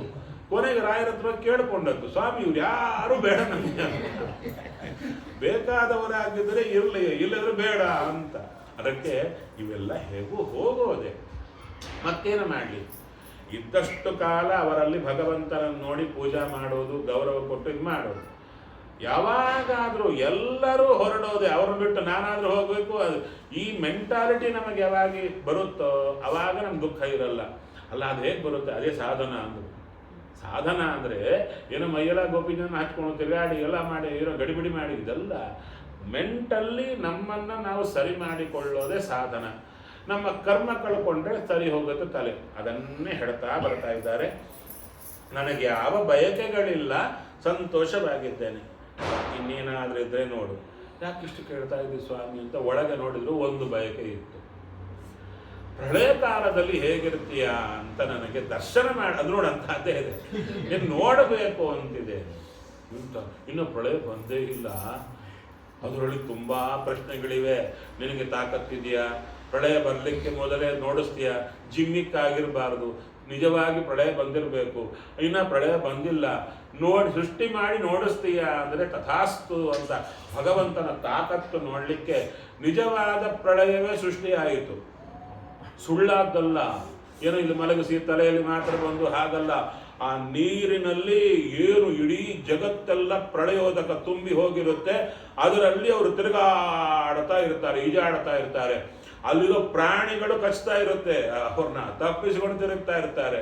ಅಂಥ ಕಾಲಕ್ಕೆ ಅಂಥ ದೊಡ್ಡ ಕತ್ತಲಮಯವಾದ ನೀರಿನಲ್ಲಿ ದೂರದಲ್ಲಿ ಬೆಳಕು ಕಾಣಿಸುತ್ತೆ. ಈಜ್ತಾ ಹೋಗ್ತಾರೆ ಆ ನೀರಿನಲ್ಲಿ. ಹೋದರೆ ದೊಡ್ಡದಾದ ಚಿಕ್ಕ ಮಗು, ಯೋಜನೆಗಳ ದೂರದಷ್ಟು ದೊಡ್ಡ ಶರೀರ, ಆದರೆ ಚಿಕ್ಕ ಮಗುವಿನ ರೂಪ ಕೃಷ್ಣ. ಆ ಕಾಲಿನ ಬೆರಳು ಬಾಯಲ್ಲಿ ಇಟ್ಟುಕೊಂಡು ಚಿಪ್ತಾ ಇದ್ದಾನೆ. ಆ ಎರೆ ಮೇಲೆ ಮಲಗಿದ್ದಾನೆ, ಆಲದೆಲೆ ಮೇಲೆ. ಅಷ್ಟು ದೊಡ್ಡ ಒಳ್ಳೆ ಕೂದಲು, ಸುಂದರವಾಗಿದ್ದಾನೆ. ಅವನು ನೋಡ್ತಾ ನೋಡ್ತಾ ಹತ್ತಿರ ಹೋದರೆ ಅವನು ಉಸಿರು ಬಿಟ್ಟು ಒಳಗೆ ತಗೊಳ್ಳೋಕೆ ಆ ಉಸಿರು ಸಹಿತ ಹೊಟ್ಟೆ ಒಳಗೆ ಹೋಗ್ಬಿಡ್ತಾರೆ. ಮೂಗಿನ ಮೂಲಕ ಹೋಗ್ಬಿಡ್ತಾರೆ, ಹೊಟ್ಟೆ ಪ್ರವೇಶ ಮಾಡ್ತಾರೆ. ಹೊಟ್ಟೆಯಲ್ಲಿ ನೋಡಿದ್ರೆ ಇಡೀ ಜಗತ್ತೆಲ್ಲ ಕೂತಿರುತ್ತೆ. ಆಶ್ಚರ್ಯವಾಗಿ ನೋಡುತ್ತಾ ಇರ್ತಾರೆ. ತಮ್ಮ ಆಶ್ರಮವೂ ಇರುತ್ತೆ, ಅದರಲ್ಲಿ ಎಲ್ಲ ನೋಡುತ್ತಾರೆ. ಆಶ್ಚರ್ಯ ಇನ್ನ ಮುಗಿಯೋದ್ರೊಳಗೆ ಹೊರಗೆ ಬಂದಿರ್ತಾರೆ. ಅಯ್ಯೋ ಮತ್ತೊಂದು ನೋಡೋಣ ಅಂದ್ಬಿಟ್ಟೊತ್ತಿಗೆ ಎಲ್ಲ ಹೊರಟೋಗುತ್ತೆ, ಅದೃಶ್ಯ ಆಗಿಬಿಡುತ್ತೆ. ಆವಾಗ ದೇವರಿಗೆ ನಮಸ್ಕಾರ ಮಾಡುತ್ತಾರೆ. ನಂತರ ಮಾರ್ಕಂಡೇಯರ ಹತ್ರ ವಿಶೇಷವಾಗಿ ರುದ್ರದೇವರು ಬರ್ತಾ ಇದ್ದಾರೆ. ಶಿವಪಾರ್ವತಿಯರಿಬ್ಬರು ಆಕಾಶದಲ್ಲಿ ಹೋಗ್ತಾ ಇರ್ತಾರೆ.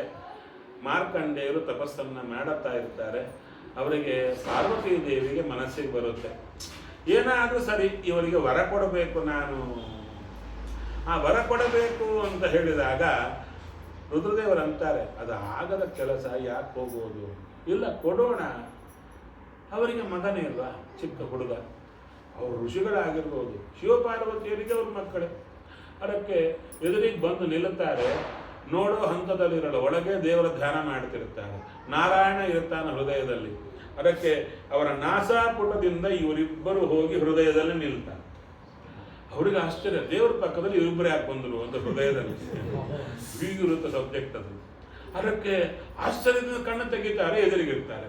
ಅರ್ಘ್ಯ ಪಾದ್ಯ ಕೊಟ್ಟು, ಸ್ವಾಮಿ ಕೇಳಿಕೊಂಡ್ರೂ ದರ್ಶನ ಕೊಡಲ್ಲ, ಅಂಥದ್ದು ದರ್ಶನ ಕೊಟ್ಟಿದ್ದೀರಿ, ಧನ್ಯನಾದೆ ಅಂದಾಗ ನೀನು ವರ ಕೊಡ್ತಾರಂತ ನೋಡಪ್ಪ. ಅವಾಗ ಹೇಳ್ತಾರೆ, ತುಂಬ ಕಷ್ಟ. ಯಾಕೆ ಅಂದರೆ ನಾನು ವರ ಕೇಳಬೇಕು ಅಂದರೆ ಬಯಕೆ ಇರಬೇಕು. ನಾರಾಯಣನ ನಾಮಸ್ಮರಣೆಯಿಂದ ಎಲ್ಲ ಬಯಕೆಗಳು ಬತ್ತಿ ಹೋಗಿವೆ. ಅಲ್ಲಿ ಸ್ವಲ್ಪ ನಿಂತು ಹೋಗಿತ್ತು. ನಮಗೆ ಬಯಕೆಗಳೇ ಕಾಟ ಅಂತಿತ್ತಲ್ಲ, ಆ ಬಯಕೆಗಳು ನಮ್ಮಲ್ಲಿ ಬತ್ತಿ ಹೋಗಬೇಕಾದರೆ ನಾಮಸ್ಮರಣೆ ಸದಾ ಆಗಬೇಕು. ಆದರೆ ಬಯಕೆಗಳೆಲ್ಲ ಹೋಗಿಬಿಡುತ್ತೆ. ಅವಾಗ ಹೇಳ್ತಾರೆ, ಸರಿ ಸರಿ, ವಿಶೇಷವಾಗಿರತಕ್ಕಂಥ ಪುರಾಣ ಪ್ರವರ್ತಕನಾಗು. ಮಾರ್ಕಂಡೇಯ ಪುರಾಣ ಅಂತಲೇ ಬರ್ತಾ ಇದೆ.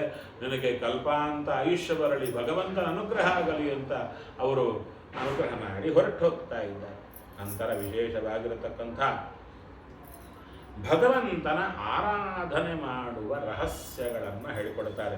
ಸಾಮಾನ್ಯ ಇಲ್ಲಿಗೆವರೆಗೂ ಬರಲ್ಲ, ಅಲ್ಲಿಗೆ ಸಾಮಾನ್ಯ ನಿಂತೋಗ್ತಾ ಇರ್ತೀವಿ. ಯಾಕಂದರೆ ಅವಸರದಲ್ಲಿ ಹೋಗ್ತಾ ಇರುತ್ತೆ. 12ನೇ ಸ್ಕಂದ ಬರಟೊತ್ತಿಗೆ ಕೊನೆಯ ದಿವಸ ಲಾಸ್ಟ್ ಮೂಮೆಂಟಲ್ಲಿರುತ್ತೆ, ಹಾಡೇ ಹೋಗ್ತಾ ಇರುತ್ತೆ. ಇವಾಗೇ ಹೊಸದಾಗಿ ಒಂದು ಚಾಲ್ತಿ ಬಂದಿದೆ. ಸಪ್ತಾಹ ಭಾಗವತ ಅಂದರೆ ರುಕ್ಮಿಣಿ ಕಲ್ಯಾಣಕ್ಕೆ ಮಂಗಳ ಅಲ್ವಾ, ರುಕ್ಮಿಣಿ ವಿವಾಹಕ್ಕೆ ಮಂಗಳ. ಮುಂದಿನದ್ದು ಹೇಳೋದೇನು, ಅದು ಹೊಸ ಸಂಪ್ರದಾಯ ಬಂದಿದೆ ಅಂತ ಕೇಳಿದೆ. ನಾವೆಲ್ಲ ಹಳೆದೇ ಇಟ್ಕೊಂಡು ಕೂತಿದ್ದೀವಿ ನಾವು. ಅವರು ಹೊಸದಲ್ಲೇ ಮಾಮೂಲು ರುಕ್ಮಿಣಿ ಕಲ್ಯಾಣ ಹೇಳಿಬಿಟ್ಟು ಮಂಗಳ ಮಾಡೋದು ಒಂದು ಸಂಪ್ರದಾಯ ಬಂದಿದೆ. ಅಂಥವ್ರಿಗೆ ಇದು ಯಾವುದು ಕೇಳಲಿಕ್ಕೆ ಸಿಗೋದೇ ಇಲ್ಲ. 11ನೇ ಸ್ಕಂದ ಕೃಷ್ಣಾರ್ಪಣ, ದಶಮ ಸ್ಕಂದ ಉತ್ತರಾರ್ಧ ಕೃಷ್ಣಾರ್ಪಣ, ಏಕಾದಶ ಸ್ಕಂದ ಇಲ್ಲ, ದ್ವಾದಶ ಸ್ಕಂದ ಪೂರ್ತಿ ಏನೂ ಇರಲ್ಲ. ಆ ರೀತಿ ಆಗಿಬಿಡುತ್ತೆ. ಆದ್ದರಿಂದ ಚೂರು ನೋಡಿದರೆ ಇಲ್ಲಿ ವಿಶೇಷವಾಗಿ ದೇವರ ಅಂಗ ಉಪಾಂಗ ಆಯುಧಗಳ ಚಿಂತನೆಯನ್ನು ಕುರಿತು ಹೇಳ್ತಾ ಬರ್ತಾರೆ. ಇದನ್ನು ಚೂರು ನಮ್ಮ ಅರಣ್ಯಕಾಚಾರರು ಚೆನ್ನಾಗಿ ಹೇಳ್ತಾ ಬರ್ತಾರೆ. ದೇವರ ಒಂದು ರೂಪ ತಗೊಂಡರೆ ತಲೆ, ಕೈ, ಕಾಲು ಎಲ್ಲ ಬರುತ್ತಲ್ಲ, ಭಗವಂತನ ಅಂಗಾಂಗಗಳು, ಆಭರಣಗಳು ಬರುತ್ತಲ್ಲ. ದೇವರ ಅಂಗಾಂಗಗಳು ಎಂಥದ್ದು? ಜ್ಞಾನಾನಂದಮಯ.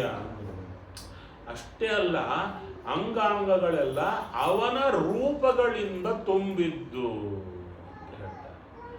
ಅದು ಇಲ್ಲಿ ರಹಸ್ಯ, ದೇವರ ಚಿಂತನ. ಇದನ್ನು ಬಿಂಬ ಸಂಸ್ಥಾಪನಾ ಪ್ರಕರಣದಲ್ಲಿ ಹೇಳ್ತಾ ಬರ್ತಾರೆ.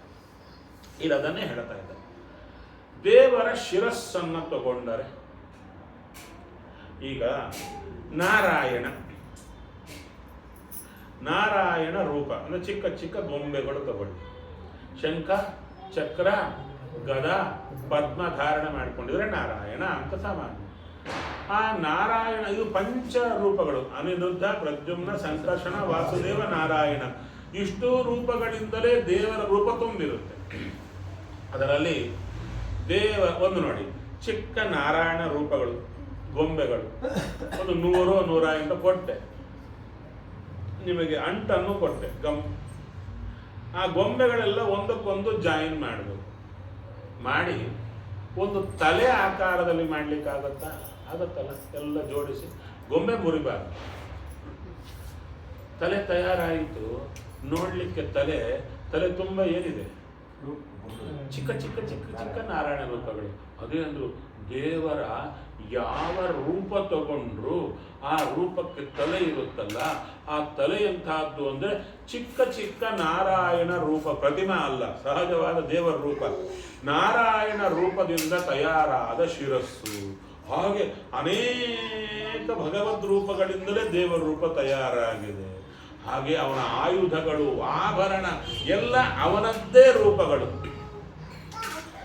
ಇದರಿಂದ ಏನು ಗೊತ್ತಾಗುತ್ತೆ? ಅದು ಕೇಳ್ತಾ ಇದ್ದಾರೆ. ಅವನು ಯಾರ ಮೇಲೂ ಡಿಪೆಂಡೆಂಟ್ ಅಲ್ಲ. ಅವನ ವಸ್ತ್ರ ಅವನ ರೂಪವೇ, ಅವನ ಆಯುಧಗಳು ಅವನ ರೂಪವೇ, ಆಭರಣಗಳು ಅವನ ರೂಪವೇ.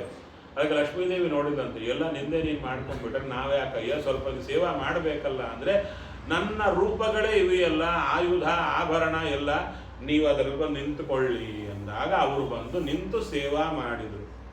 ಅವ್ರಿಗೆ ಎಚ್ಚರ ಇತ್ತು ಏನಂತ, ನಮ್ಮಿಂದೇನು ಆಗಬೇಕಾಗಿಲ್ಲ, ಎಲ್ಲ ಅವನದೇ ಅವನು ಮಾಡ್ಕೊಳ್ತಾನೆ, ಕೇವಲ ನಮಗಾಗಿ ಸೇವಾ ತಗೊಳ್ತಾ ಇದ್ದಾನೆ ಅಂತ ದೇವರ ವಿಶೇಷ ಚಿಂತನೆ ಅವರು ಮಾಡ್ತಾರೆ. ಆ ರೀತಿ ಹೇಳಿ ನಂತರ 12 ತಿಂಗಳುಗಳ ಕಾಲ ಸೂರ್ಯನ ರಥದಲ್ಲಿ, ವಿಶೇಷವಾಗಿ 12 ಸೂರ್ಯರು ಬರ್ತಿರ್ತಾರೆ, 12 ಆದಿತ್ಯರು ಬರ್ತಿರ್ತಾರೆ. ಅದರಲ್ಲಿ ಸೂರ್ಯ ರಥದಲ್ಲಿ ಒಂದೊಂದು ತಿಂಗಳಲ್ಲಿ ಆ ರಥದಲ್ಲಿ ಇರುವಂಥವರು ಬದಲಾಗ್ತಾ ಬರ್ತಾರೆ. ಅವೆಲ್ಲವನ್ನ ವಿಸ್ತಾರವಾಗಿ ಹೇಳ್ತಾರೆ. ನಾವು ಪ್ರತಿಯೊಂದು ತಿಂಗಳಲ್ಲಿ ನಮಗೆ ಸಬ್ಜೆಕ್ಟೇ ಗೊತ್ತಿಲ್ಲ. ತಿಂಗಳಿಗೆ ಸೂರ್ಯ ಬದಲಾಗ್ತಾರೆ ಎಂಬುದು ಗೊತ್ತೇ ಇಲ್ಲ. ಹೌದು, ಪ್ರತಿಯೊಂದು ತಿಂಗಳಲ್ಲಿ ಸೂರ್ಯನ ರಥದಲ್ಲಿ ಸೂರ್ಯರೆಲ್ಲ 12 ಆದಿತ್ಯರು ಒಬ್ಬೊಬ್ಬರು ಸೆಟ್ ಚೇಂಜ್ ಆಗ್ತಾರೆ. ಅವರ ಸೆಟ್ ಇರ್ತಾರಲ್ಲ ಅವರೆಲ್ಲರೂ ಚೇಂಜ್ ಆಗ್ತಾರೆ. ಅವರೆಲ್ಲರೂ ತಿಂಗಳು ಎಲ್ಲರೂ ಚೇಂಜ್ ಆಗ್ತಾರೆ. ನಾವು ಪ್ರತಿ ತಿಂಗಳು ಆ ಸೂರ್ಯ ದೇವತೆ ಯಾರು ಅಂತ ತಿಳ್ಕೊಂಡು ಅರ್ಘ್ಯ ಕೊಡಬೇಕು ಅವರಿಗೆ. ಸ್ವಾಮಿ ನೀವು ಬಂದಿದ್ದೀರಾ ಅಂತ. ನಮಗೆ ಸಬ್ಜೆಕ್ಟೇ ಗೊತ್ತಿರಲ್ಲ, ಎಲ್ಲ ಒಂದೇ ಸೂರ್ಯ. ಈ ಸೂರ್ಯ ಯಾರು ಮತ್ತು ಪ್ರಶ್ನೆ. ಹೌದು ತಾನೆ? ಯಾಕಂದ್ರು ಇವರು ತತ್ವಾಭಿಮಾನಿ ಸೂರ್ಯ ಒಬ್ಬರೇ, ಕೊನೇ ಪರ್ಯಂತ ಸೂರ್ಯ ಒಬ್ಬರೇ. ಆದರೆ ಈ ತಿಂಗಳು ಚೇಂಜ್ ಆಗೋ ಸೂರ್ಯರು ಬೇರೆ. ಹಾಗೆ ಇಂದ್ರರಿದ್ದಾರಲ್ಲ, ಎಷ್ಟು ಜನ ಇದ್ದಾರೆ, ತುಂಬಾ ಮನ್ವಂತರಗಳಲ್ಲಿ ಎಲ್ಲ ಇಂದ್ರರು ಬರ್ತಾ ಇದ್ದಾರೆ. ಅವಾಗಂದ್ರು ಇಂದ್ರ ಒಬ್ಬರು ಇಷ್ಟು ಜನ ಇದ್ದಾರಲ್ಲ, ಅಂದರೆ ಒಬ್ಬ ಇಂದ್ರರು ಬೇರೆ, ಇವರು ಬೇರೆ. ಇವರು ಮನ್ವಂತರ ಅಧಿಪತಿಗಳು, ಆದರೆ ಪ್ರಧಾನ ಇಂದ್ರದೇವರಿದ್ದಾರಲ್ಲ ಪುರಂದರ ಅಂತ, ಅವರು ತತ್ವಾಭಿಮಾನಿ ದೇವತ, ಅವರು ಪರ್ಮನೆಂಟ್, ಆ ಪೋಸ್ಟಲ್ಲಿ ಚೇಂಜ್ ಇರಲ್ಲ. ಮಿಕ್ಕ ಮನ್ವಂತರಾಧಿಪತಿಗಳು ಮಾತ್ರ ಅಲ್ಲಿ ವಿಶೇಷವಾಗಿ ಸ್ವರ್ಗಾಧಿಪತಿಗಳು ಬಂದು ಹೋಗ್ತಾ ಇರ್ತಾರೆ. ಆ ರೀತಿಯಲ್ಲಿ ವಿಶೇಷವಾಗಿ ಸೂರ್ಯನ ರಥದಲ್ಲಿರತಕ್ಕಂಥ ಮಹಾತ್ಮರು ಎಲ್ಲರನ್ನ ನಾವು ನಿತ್ಯ ಸ್ಮರಣೆ ಮಾಡಬೇಕು. ಇನ್ನ ಮುಂದೆ ಹೇಳ್ತಾ ಇದ್ದಾರೆ,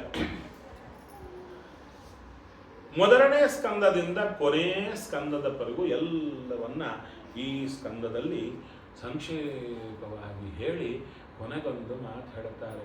ಹೇ ಸ್ವಾಮಿ, ಜಗತ್ತನ್ನು ಪೂರ್ಣವಾಗಿ ರಕ್ಷಣೆ ಮಾಡತಕ್ಕಂಥವ ನೀನು ಎಂಥ ಹೇಳ್ತಾರೆ. ಉಪಚಿತ ನವಶಕ್ತಿಭಿ ಅಂತ ನಿನ್ನದೇ ಆದ 9 ರೂಪಗಳಿವೆ, ಶಕ್ತಿ ಅಂತ ಕರೆಸಿಕೊಂಡ ರೂಪಗಳು. ಅದರಿಂದ ಸ್ಥಿರಜಂಗಮ ಪಾಲನಾಯ, ನೀನೇ ಇಡೀ ಜಗತ್ತನ್ನು ಸೃಷ್ಟಿ ಮಾಡಿ ಅದನ್ನು ಪಾಲನೆ ಮಾಡುತ್ತಾ ಇದೆಯಾ ಭಗವಂತ ಅಂತ ನಮಸ್ಕಾರ ಮಾಡಿ ಕೊನೆಗೆ ಹೇಳ್ತಾರೆ ನಮಃ ಸನಾತನಾಯ, ಭಗವಂತನ ಸ್ತೋತ್ರ ಮಾಡ್ತಾರೆ. ನೀನು ಸನಾತನ, ನಾದೇನ ಸಹ ವರ್ತತೆ ಇತಿ ಸನಾತನಃ ಸನಾತನಃ, ಸನಾತನ ಏವ ಸನಾತನಃ ಅಂತ ಹೇಳ್ತಾರೆ. ಅಂದರೆ ವೇದನಾದದಿಂದ ಬರುವಂಥ ಮಹಾನುಭಾವ ನಿನಗೆ ನಮಸ್ಕಾರ ಅಂದರು. ಕೊನೆಗೆ ಜಕಾರದಿಂದ ಶುರುವಾಗಿದ್ದು ಯಕಾರದಿಂದ ಕೊನೆಗೊಂಡಿದ್ದು ಜಯ ಎಂಬ ಗ್ರಂಥ ಅಂತ ಇಲ್ಲಿಗೆ ಎಲ್ಲ ಕೊನೆಯಾಗುತ್ತೆ. ಆದರೆ ಇನ್ನೊಂದು ಸಲ ದ್ವಾದಶ ಸ್ಕಂದ ಇಷ್ಟೇ ನಿಮಗೆ ಸಿಗೋದು ಸಾಮಾನ್ಯವಾಗಿ. ಅದರಲ್ಲಿ ಸ್ವಲ್ಪ ವಿಸ್ತಾರವಾಗಿ ನೋಡೋಣ ಅಂತ ಹೇಳಿದರೆ ನಾಳೆ ನಾಡದ್ದು ವಿಸ್ತಾರವಾಗಿ ಎಲ್ಲೆಲ್ಲಿ ಏನೇನಿದೆ ಅದನ್ನು ನಮಗೆ ಸಿಕ್ಕ 2 ತಾಸು ಇನ್ನು ಸಿಗುತ್ತಲ್ಲ ಅದರಲ್ಲಿ ಸ್ವಲ್ಪ ನೋಡೋಣ ಎಂಬಲ್ಲಿಗೆ ಶ್ರೀಕೃಷ್ಣ ನಮಸ್ತೆ.